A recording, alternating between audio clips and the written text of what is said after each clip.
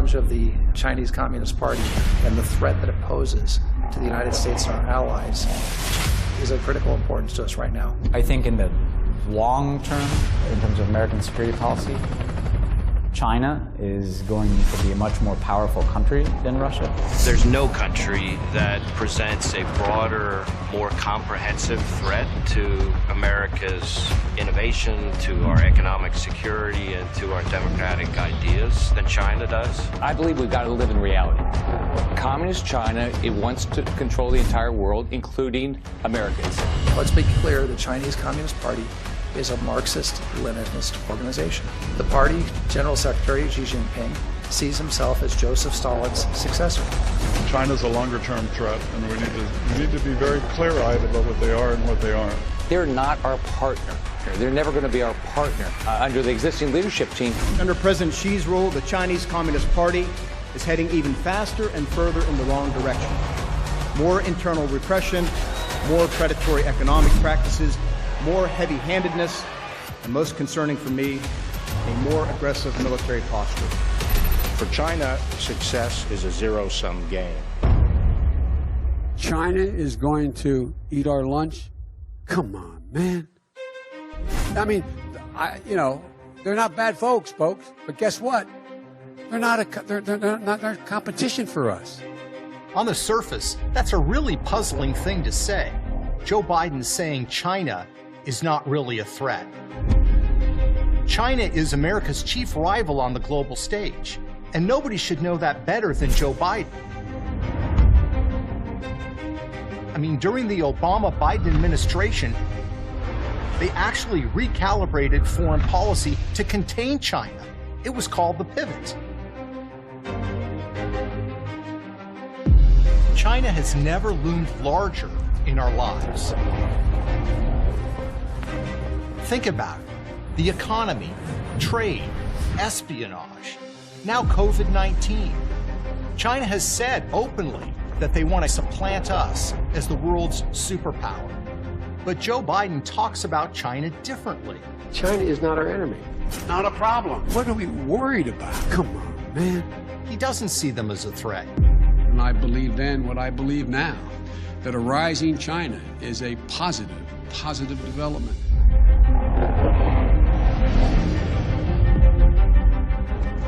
He welcomes their rise as a global power. Why exactly?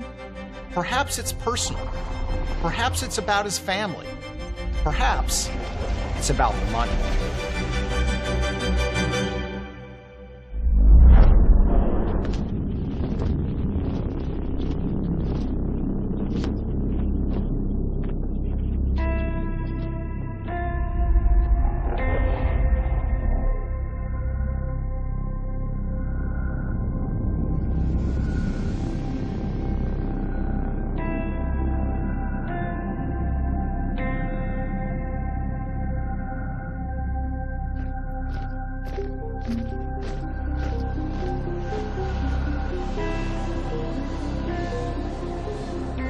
December 2013, Vice President Joe Biden is arriving in Beijing for a series of sensitive meetings with Chinese officials.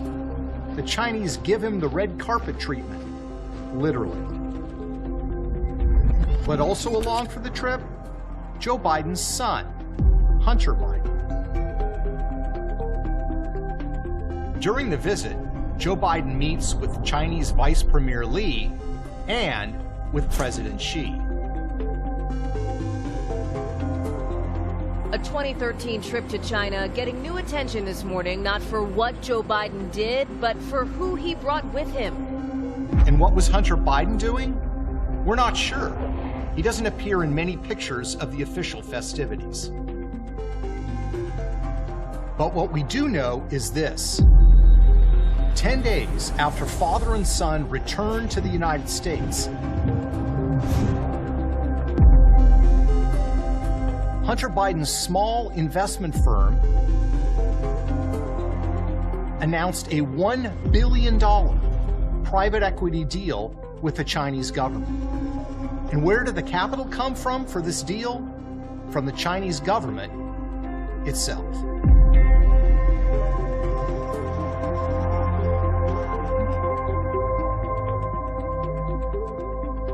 Unknown to the press back then, Hunter Biden was forming a Chinese private equity fund, planning to raise money, including from Chinese investors. Years later, Hunter Biden acknowledged that during the trip, he met with a Chinese banker, which his spokesperson describes as a social visit, not a business one. I believe then, and I'm even more convinced now, that a rising China is an incredibly positive development for not only China, but the United States and the rest of the world.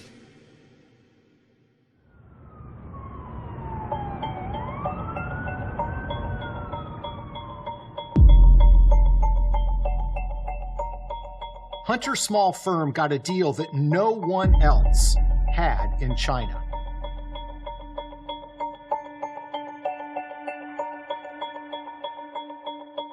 Not Morgan Stanley, Goldman Sachs, Deutsche Bank, or UBS.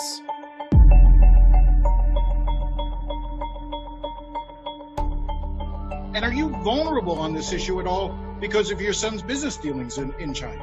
No, I don't believe so at all. My son's business dealings were not anything with everybody that he's talking about, not even remotely number one.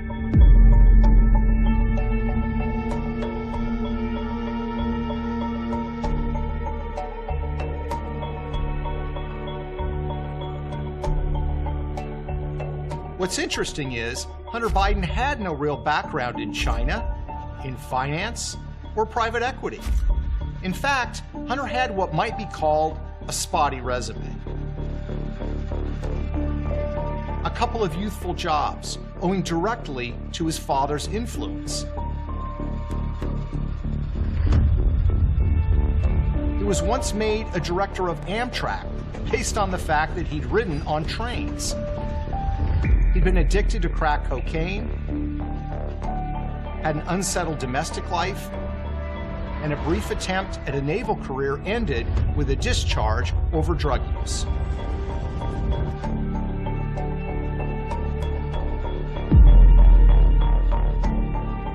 So why did the Chinese pick him?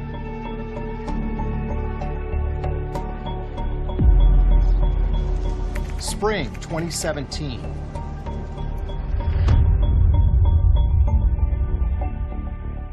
Patrick Ho, a Chinese businessman, was arrested by the FBI on bribery charges.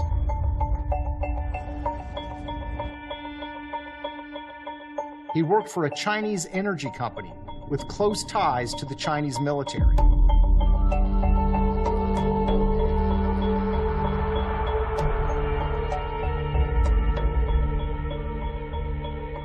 While in FBI custody, Ho made 2 phone calls.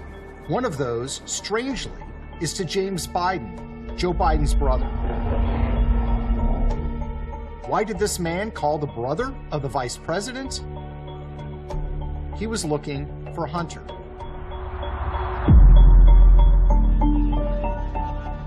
This is the remarkable and largely hidden story of the secret financial relationship between the Biden family and the Chinese government. It's a relationship that grew while Joe Biden was Vice President of the United States, and shortly after he was appointed the point person on U.S. policy towards China. Our investigation is based on corporate records, financial documents, legal briefings, and court papers. It's the story of the second most powerful man in the world at the time, and how his family was striking deals with America's chief rival on the global stage, the People's Republic of China.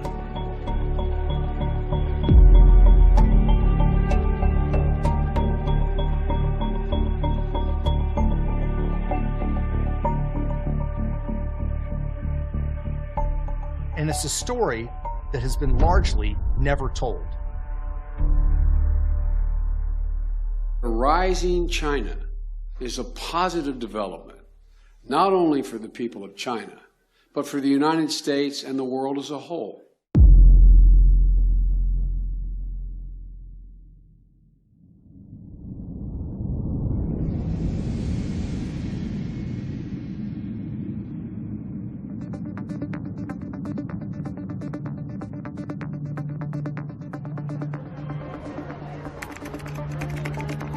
January 2009. Joe Biden is inaugurated Vice President of the United States. I, Joseph Robinette Biden Jr., do solemnly swear that I will... It was a remarkable moment for Biden, who had spent more than 35 years in the United States Senate. Born to a family of modest means in Scranton, Pennsylvania, he would become known as Lunch Bucket Joe. He joined the political world early and won election to the United States Senate at the ripe age of 29. He was sworn into office just 6 weeks after reaching the constitutionally required age of 30. From its earliest days, Biden's political career was not just about Joe, but about the larger Biden family. Politics was a family business. When Joe did well, the family did well. Joe's sister, Valerie Biden, became a political consultant who was hired by Joe's many campaigns. Brothers Frank and James became involved in securing government contracts and deals overseas with foreign governments. Joe's son Hunter became a Washington lobbyist, representing clients from Delaware, the state that his father represented in the U.S. Senate.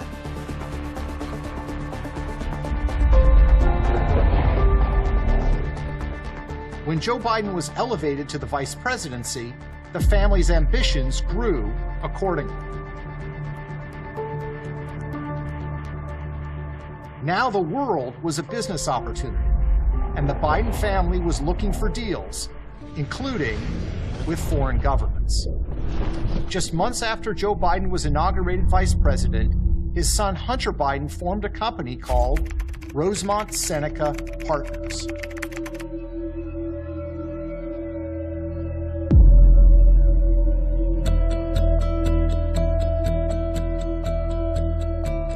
His partners had useful connections. One was Christopher Hines, the stepson of Senator John Kerry, a powerful U.S. senator who would later become Secretary of State.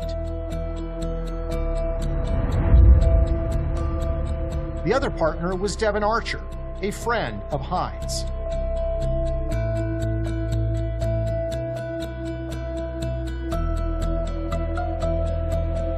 Rosemont is the name of the Hines family's 90-acre estate outside of Fox Chapel, Pennsylvania.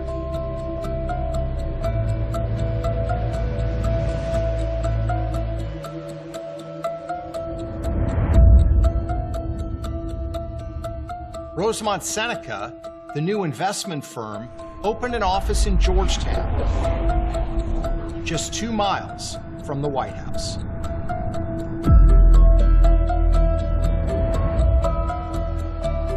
Outside of Fox Chapel, Pennsylvania.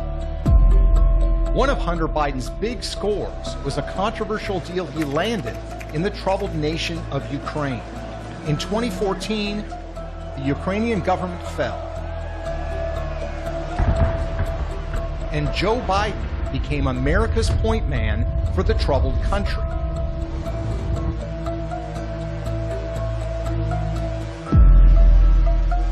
Weeks later, Hunter Biden was hired by a corrupt Ukrainian energy company called Burisma, which paid Hunter at a rate of $1 million a year. This despite the fact that he had no experience in energy or in Ukraine.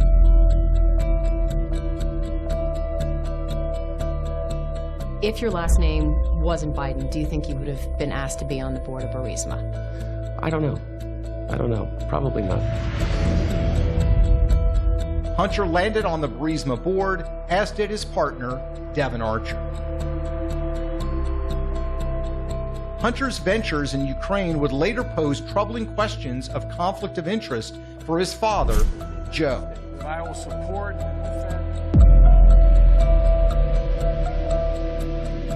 Rosemont was landing deals around the world.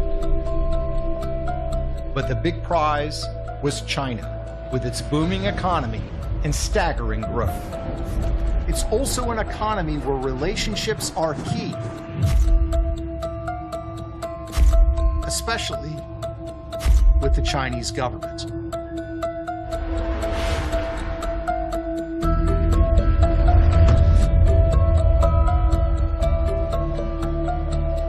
And I'd like now to raise our glass in a toast to many more generations of friendship and peace.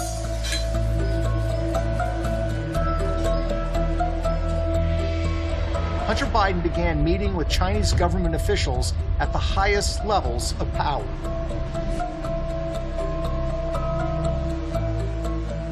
He had no background in China, little background in finance. Hunter's previous job had been as a lobbyist for an online gambling company located in Europe. But now, doors were opening to Hunter in China. Often, Hunter's meetings coincided almost directly with his father's high-level diplomacy with Chinese leaders. In April 2010, for example, Vice President Joe Biden met with the Chinese president at the Nuclear Security Summit in Washington, D.C. But at virtually the same time, halfway around the world, Hunter Biden was in China, meeting with government officials looking for financial deals. Who exactly was Hunter Biden meeting with? Only some of the most powerful finance officials in China. Hunter spent 2 days meeting with the top executives from China's sovereign wealth fund, Social Security fund, and largest banks. Hunter even posed with them for a series of pictures. So how did Hunter get these meetings? One Chinese website's account of the meeting touted that Chinese officials extended their warm welcome to Hunter Biden, quote, second son of the now Vice President, Joe Biden. In other words, Hunter got these meetings because of who his father was, Vice President of the United States. I don't think that there's a lot of things that would have happened in my life that if my last name wasn't Biden.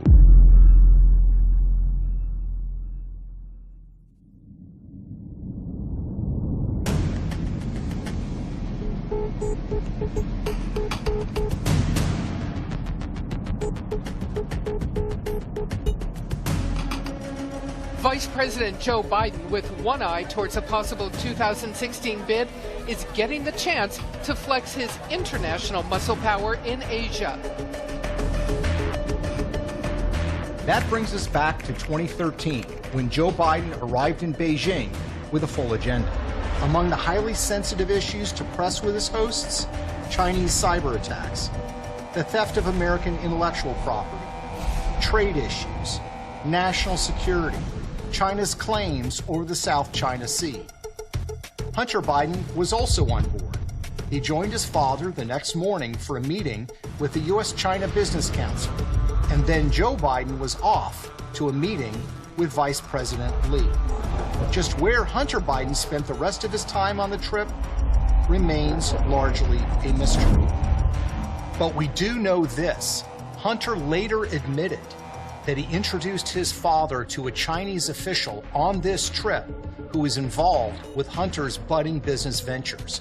And we know that 10 days after the trip, Hunter's $1 billion deal with the Chinese government was finalized.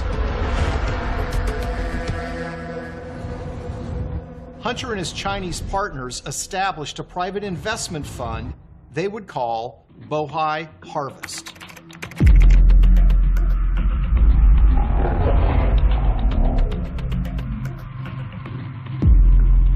The Chinese government provided the money. Hunter was given a seat on the Bohai Harvest board of directors and a 10% equity stake in the new company. Devin Archer, his business partner, was appointed vice chairman. The new firm enjoyed an unusual and special status in China, operating through the Shanghai Free Trade Zone. No other investment fund in the world had a deal like Biden's firm. Not UBS, not Goldman Sachs, not Morgan Stanley, no one. In short, the son of the Vice President of the United States, with little investment experience, no experience in China, got a deal in the People's Republic of China that no one else had. And he got that deal shortly after his father was appointed point person on U.S. policy towards China. But this isn't just another story about a politician's kid getting rich. Hunter's new firm, Bohai Harvest, began making investment deals around the world that would serve the strategic interests of the Chinese government.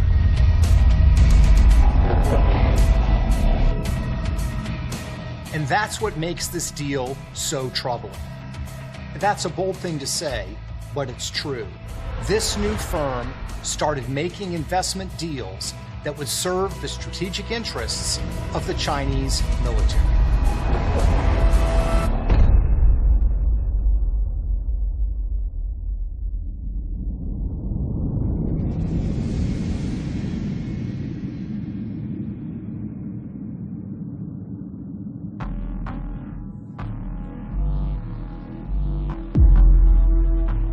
In 2015, Hunter Biden's Bohai Harvest joined forces with the Chinese military contractor AVIC to buy American parts manufacturer Henniges.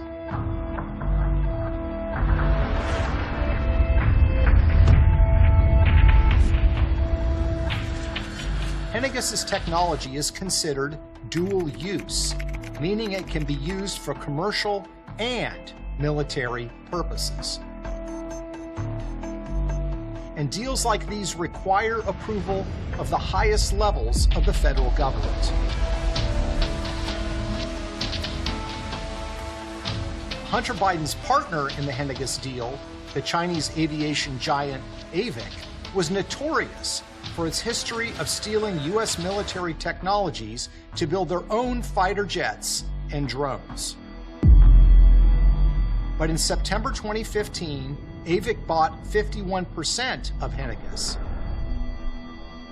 And Hunter Biden's Bohai Harvest bought the other 49%.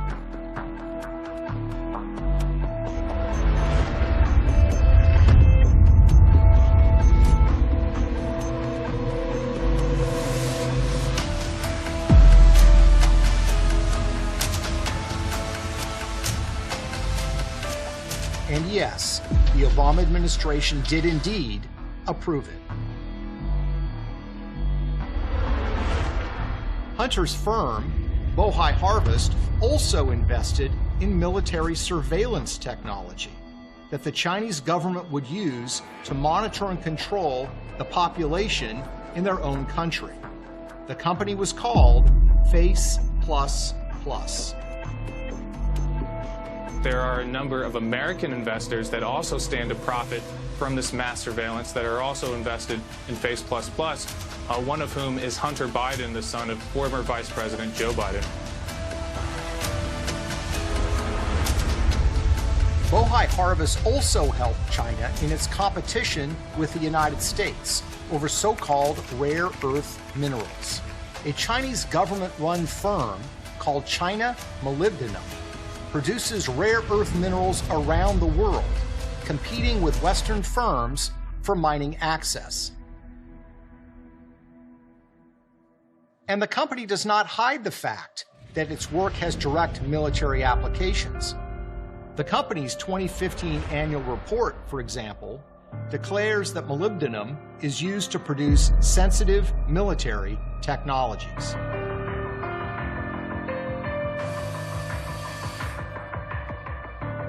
What's fascinating is that while Hunter Biden and his firm were helping Beijing in the race to acquire rare earth minerals, his father's administration was actually fighting them. In 2012, President Obama announced that the United States was filing a complaint with the World Trade Organization because China was trying to control the global market.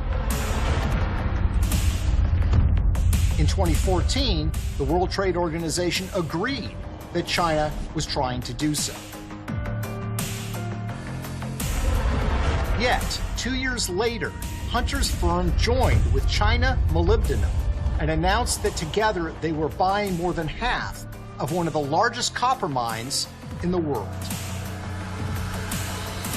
And so while the Obama administration was competing with China in the race for rare earth minerals, Hunter Biden and his firm were actually helping Beijing win that race.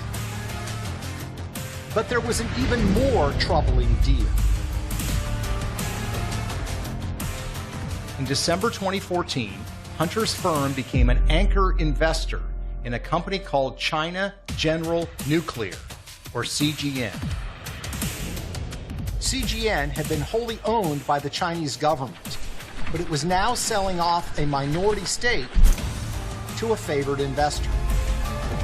Hunter Biden presumably didn't realize that when his company was investing in CGN, they were investing in a company that was under FBI investigation for stealing U.S. nuclear secrets. In fact, less than 18 months after Hunter's Chinese firm invested in China General, a nuclear engineer named Alan Ho and the company were charged by the U.S. Justice Department with stealing nuclear secrets from the United States. According to the FBI, Ho had been working under the direction of China General to steal American nuclear secrets since 1998. It's not clear whether the FBI or the Obama Justice Department knew that Joe Biden's family was actually involved with CGN. But what is clear is that China has been trying to steal American nuclear secrets for a long time. Is it really that crazy to think that by partnering with the son of the vice president, they were trying to buy them too? And make no mistake, these firms Hunter was dealing with are directly tied to the Chinese military. In June 2020, the U.S. Department of Defense released a list of companies doing business in the United States that were known to be connected to the Chinese military. On that list, AVIC and CGN. But the Bidens weren't done cutting deals in China.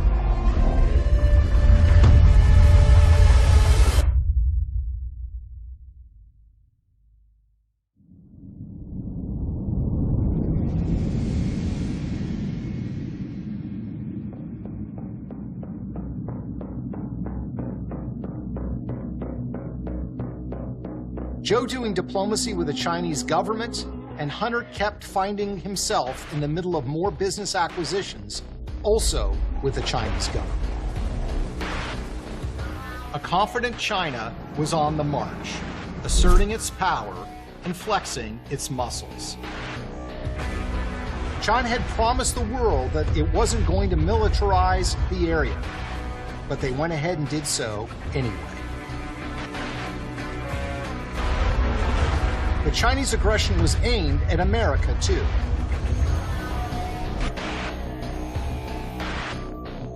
China's military has attacked major U.S. companies in a computer war that kills American jobs. More than 21 million Americans had personal information stolen from government files in a data breach that was 6 times as large as originally disclosed. The information was hacked from the Office of Personnel Management, or OPM, which said today it is highly likely that anyone who went through background checks to apply for a government position since 2000 was affected.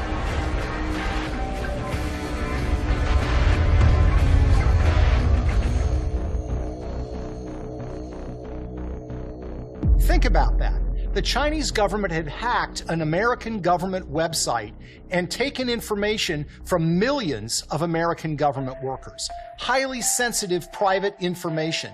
It was a crime taken very seriously by our federal government. And what was Hunter Biden doing? He was looking for more commercial deals with the Chinese. Another one of Hunter Biden's businesses was called Rosemont Realty.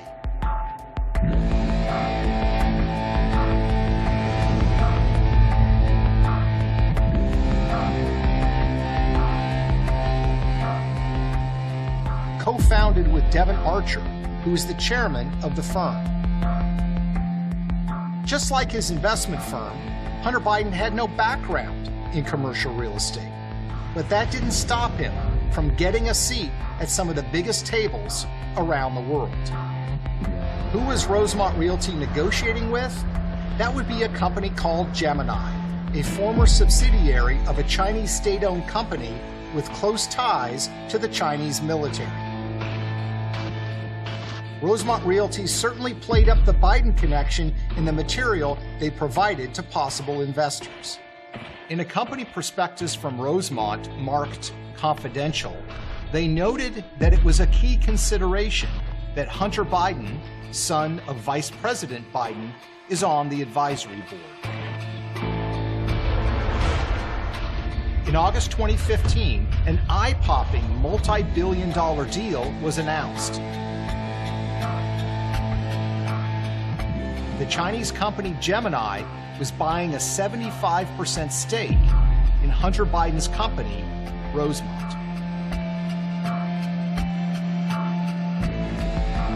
So who exactly is this second Chinese business partner of the Biden family? Gemini's parent company, Sino-Ocean Land,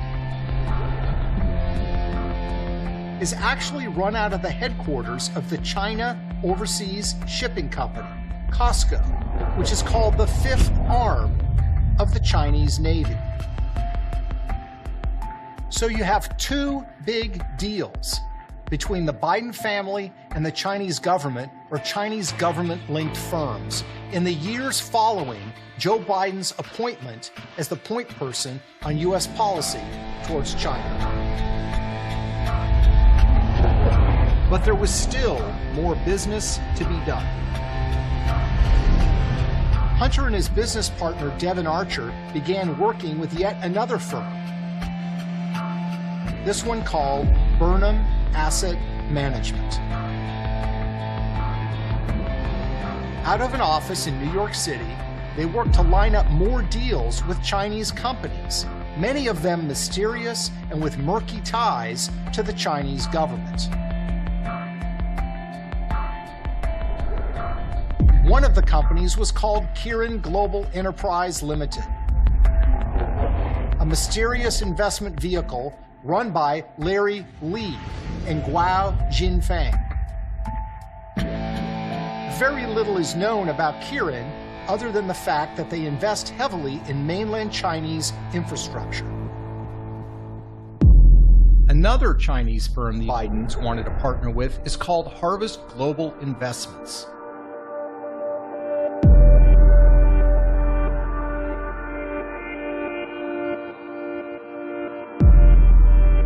Which is linked to the Chinese government.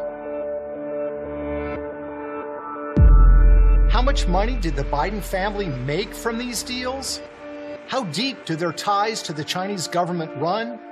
We can't know for sure, but consider this. In 2017, a Chinese executive was arrested by the FBI in New York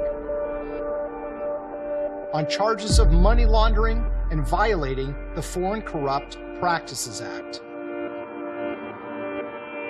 Patrick Ho was an assistant to a Chinese oil tycoon who ran CEFC China Energy, which had strong ties to the Chinese military.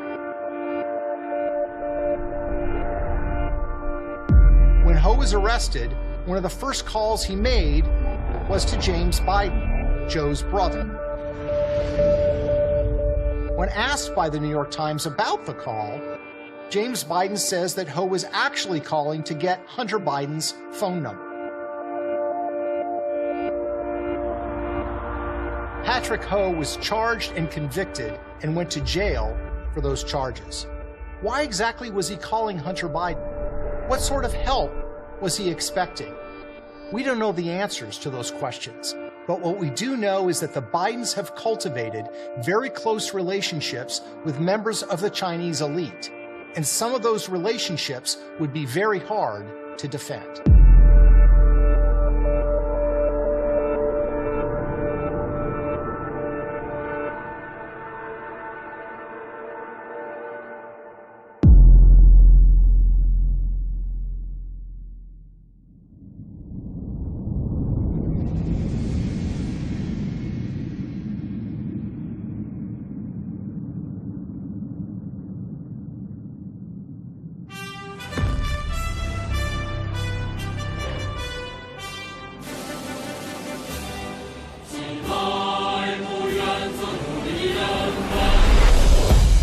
So what do we know? We know that the Biden family has a series of lucrative deals with the Chinese government. We know that these deals came despite a lack of experience by the Bidens in the areas they cover. We know that they happened while Joe Biden was steering U.S. foreign policy towards China. We also know that these deals didn't just make the Bidens money, they had potentially dangerous consequences for our national security. We know that Hunter Biden's firm, backed by the Chinese government, invested in a company that was actively stealing nuclear secrets from the United States. We know that China has been consistent in their efforts to acquire U.S. technology, and that their spies have been caught trying to steal our military technology. We know that Hunter Biden's firm bought a company that provides dual-use technologies for the Chinese military. We know that global powers have tried to stop China from monopolizing the world's mineral resources. And we know that Hunter Biden's firm bought a company that actually helped China in its competition with the United States for mineral resources. And we also know this, that Biden investment firm that helped China gain access to dual-use technology, that invested in Chinese surveillance technology and helped China in its quest to control the world's strategic metals, Hunter Biden was forced by political pressure to resign from that firm's board of directors in late 2019.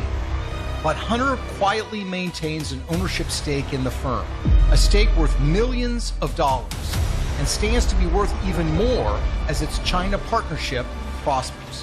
Why did you leave the board in April? It's a 5-year term. And you chose not to? I chose not to. Yeah. Why? I think it's pretty obvious why. So why does this matter? Because we need to know who our leaders are doing business with. Who is making them wealthy? Who might they be beholden to? It's the oldest story in politics. We need to follow the money. A rising China is awash in money. The money trail stretches all across the globe.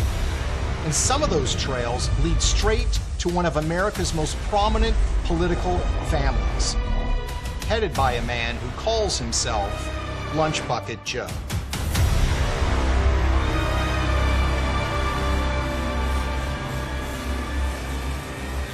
China is going to eat our lunch? Come on, man.